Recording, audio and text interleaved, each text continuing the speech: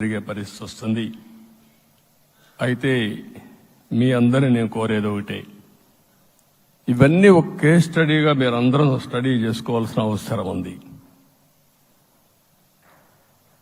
ప్రజలు బూతులు మాట్లాడే నేతల్ని, అరాచక శక్తుల్ని, అవినీతి పరుల్ని చూశారు. పాలకులంటే ఎలా ఉండాలో చూశారు. ఈ 5 సంవత్సరాల్లో పాలకుడు ఎలాంటి వాడు వచ్చి అర్హత లేని వ్యక్తి ఏ విధంగా ఉన్నాడో చూశారంటే, ఈరోజు ఇచ్చిన తీర్పు ఈ 5 ఏళ్లు పరిపాలించినటువంటి వ్యక్తి యొక్క ప్రవర్తన చూసిన తర్వాత ఇలాంటి వ్యక్తి పాలనకు పనికిరాడనే ఉద్దేశంతో ఓట్లు చేసే పరిస్థితికి వచ్చారు. ఇది నా ఉద్దేశ ప్రకారం ఒక కేస్ స్టడీ అవుతుంది.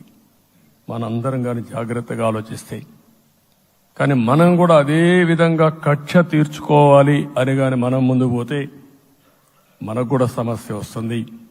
అదే సమయంలో ఒకటే చెప్తున్నా, తప్పు చేసిన వాడిని క్షమించి పూర్తిగా వదిలిపెడితే కూడా మళ్ళా అలవాటుగా మారుతుంది. తప్పు చేసిన వాళ్లకు శిక్ష పడవలసిన అవసరం ఉంది, చట్టపరంగా శిక్షించాల్సిన అవసరం ఉంది.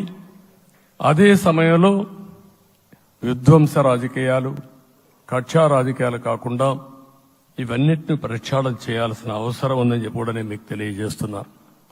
ఇంకొక పక్క 5 ఏళ్లలో ఎన్నో సంవత్సరాలు చూశాను, కానీ కార్యకర్తలపైన దాడులు, హింసా రాజకీయాలు, అక్రమ కేసులు, వేధింపులు, కడాన సోషల్ యాక్టివిస్టులు కూడా ఇష్టానుసారంగా కేసులు పెట్టి హెరాస్ చేస్తే నిద్రపోకుండా వాళ్ళు కాపాడుకున్నాం.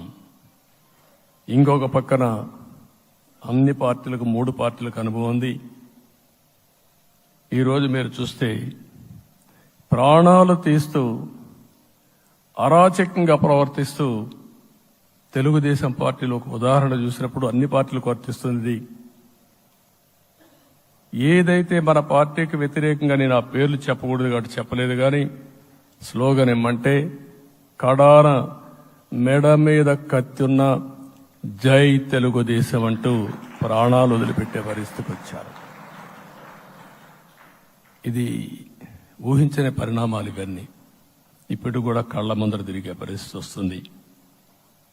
అందుకే ఈరోజు మనందరం కూడా ఇవన్నీ గుర్తుపెట్టుకుని, నాకు జరిగిన అవమానాలు చూశారు.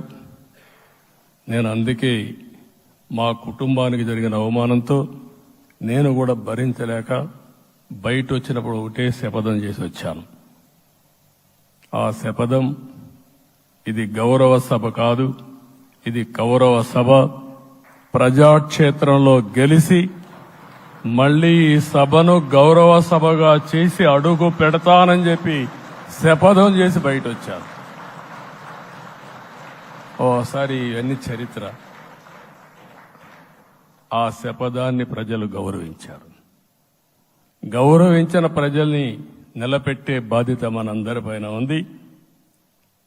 సభను కూడా ఎన్నోసార్లు పవన్ కళ్యాణ్ గారు చెప్పారు, భవిష్యత్తులో ఆంధ్రప్రదేశ్ శాసనసభని ఒక గౌరవ సభగా చేసి ప్రజా సమస్యల్ని చర్చిస్తామని చాలా స్పష్టంగా చెప్పారు. అలాంటి బ్రహ్మాండమైన వాతావరణం క్రియేట్ అవుతుంది. దానికి ఒక శాసనసభాపక్ష నాయకుడిగా నేను హామీ ఇస్తున్నా. మళ్లీ ఈ సభను గౌరవ సభగా, ఈరోజు మన పరిపాలన